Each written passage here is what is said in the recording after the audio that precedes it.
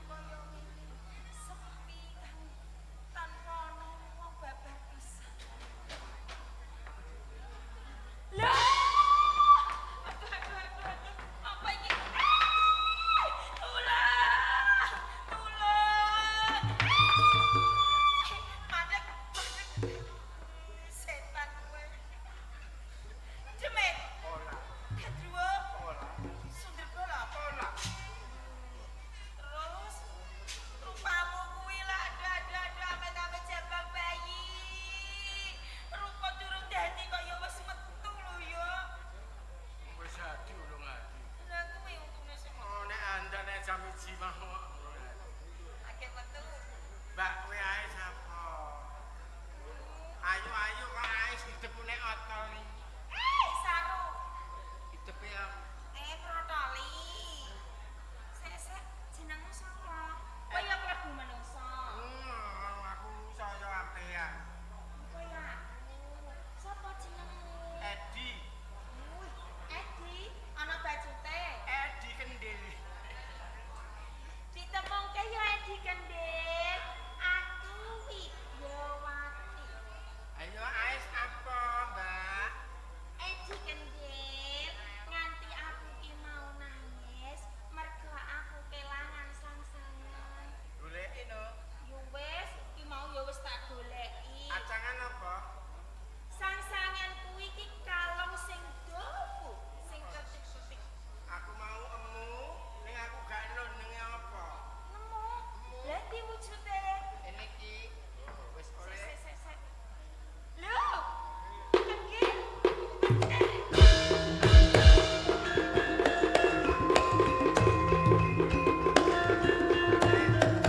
Kendil iki ngono sangsangan. Iki nel wekmu. Iya, iki lho ana tapak asmane Kanjeng Rama. Ing ndi? Aja cedak-cedak aku wedi. Mbak, nek iki ancen wekmu ya wis nang ngule. Wong aku arep teko Kakak perkara apa? ampean anglis mau uni apa? Ora tak selaki Joko Kendil.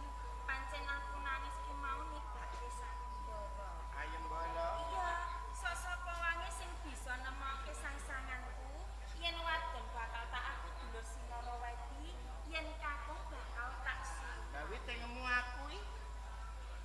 Gandeng sing nemokke kuwi ki mau kowe yen kaya ngono wis saiki kowe teko ana ing omahku nglamar ing antarane putra-putri ing Wedi. Omahe edang. Iso. Apa ndang oleh wis oleh arep adan. Yen kaya ngono aku pamit dhisik ya, Bundit. Dadah. Nenge apa kok aline aku nenge? Nenge apa? Nenge makmi apa ta apa? Boe, kok kandel tak awe ning edang kok. Boe, kok kandel tak awe.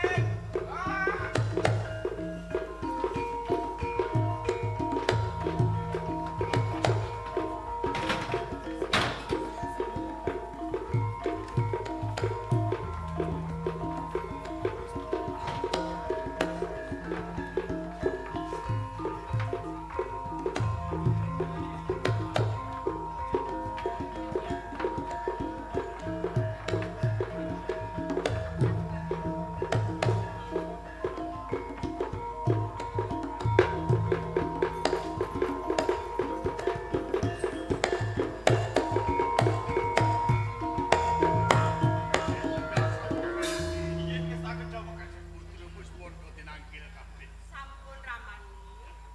Aku percaya kewajiban Kados ngaten sih. Mangestaken dawuh ramani.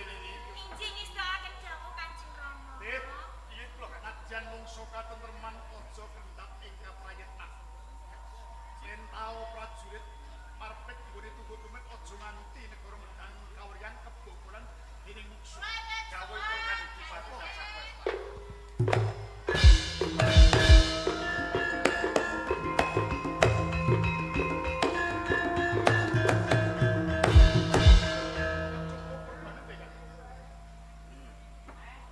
Kowe ki wong desa sapa kang dadaranmu nganti wani munggah ana ing pendopo medang.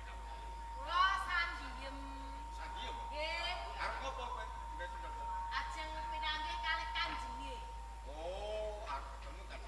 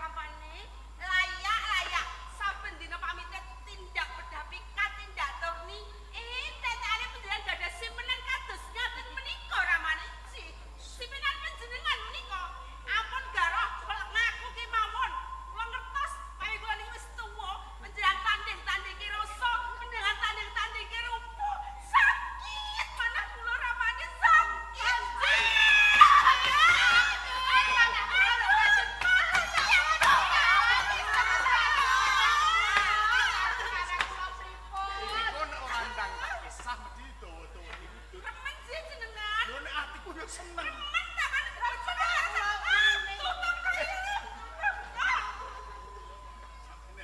Ini, Cek, pripun? penjenengan lenggah, iki tak takonane tak urus-urusan.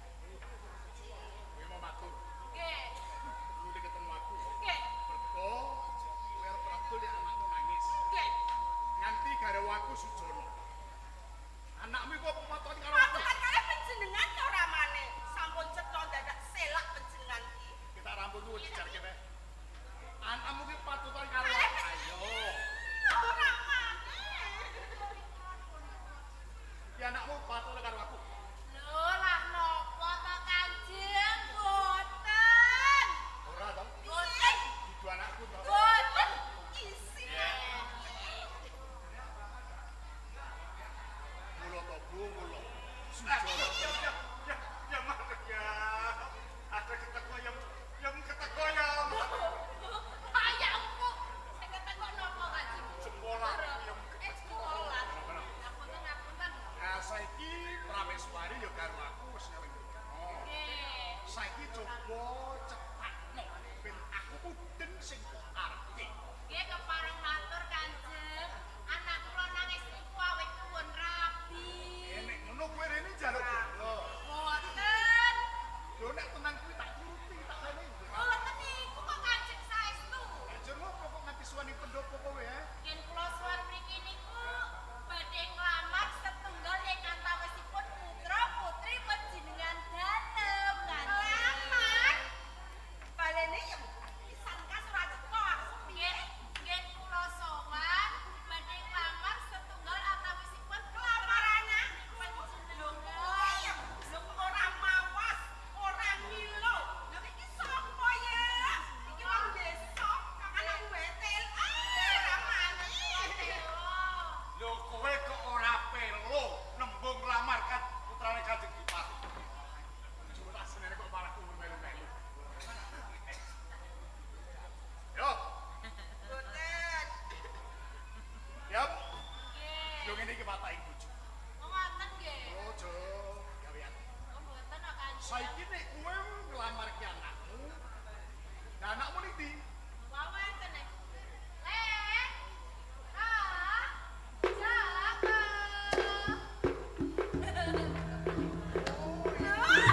Itu anakmu ya. Aduh. Ini anakmu malah bagus sih.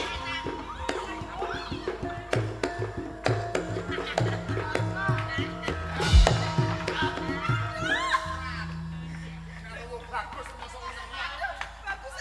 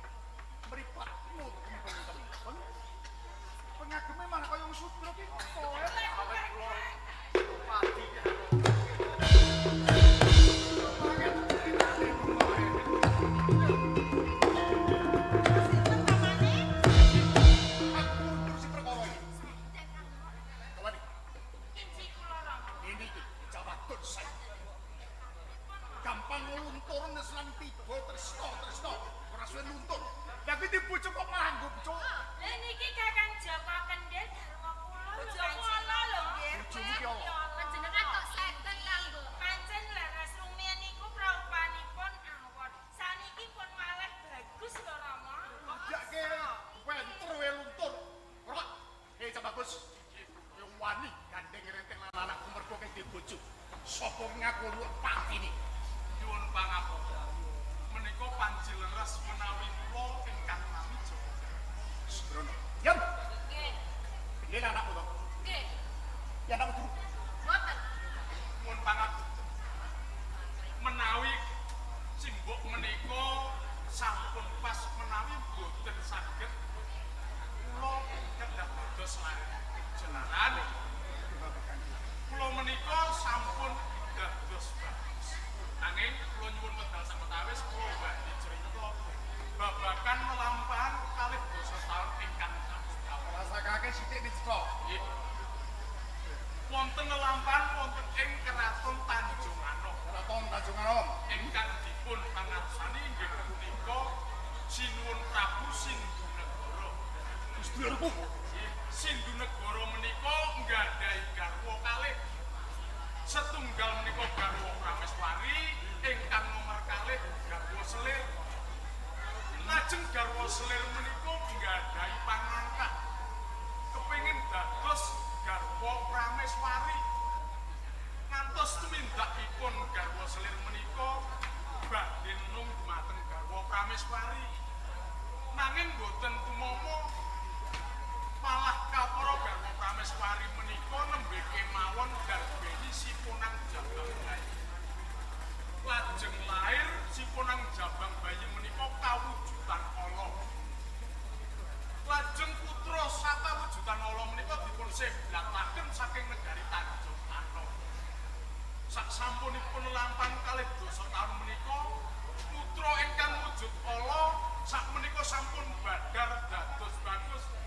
Nggih, kula menika Joko Kendil Cahya Purnama. Cahya Purnama nggih Joko Kendil kula. Tenan anakku nggih.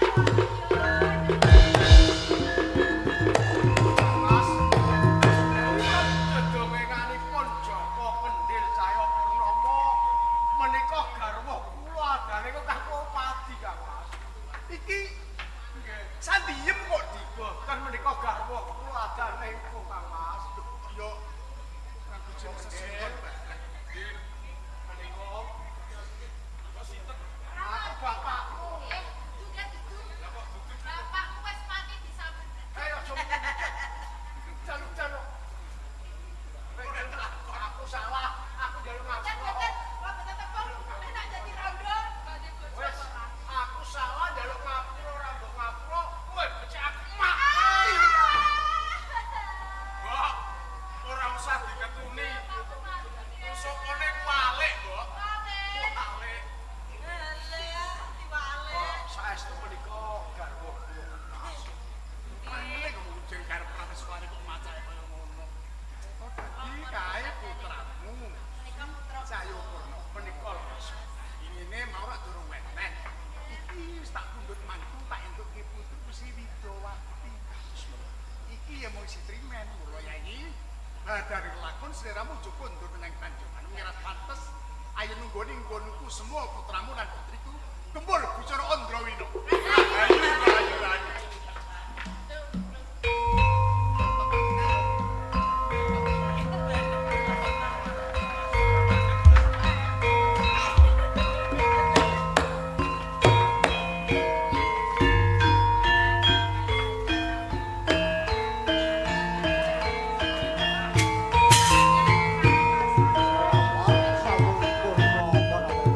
Suku Mundur juga pepanggian ing Mangit Dalu.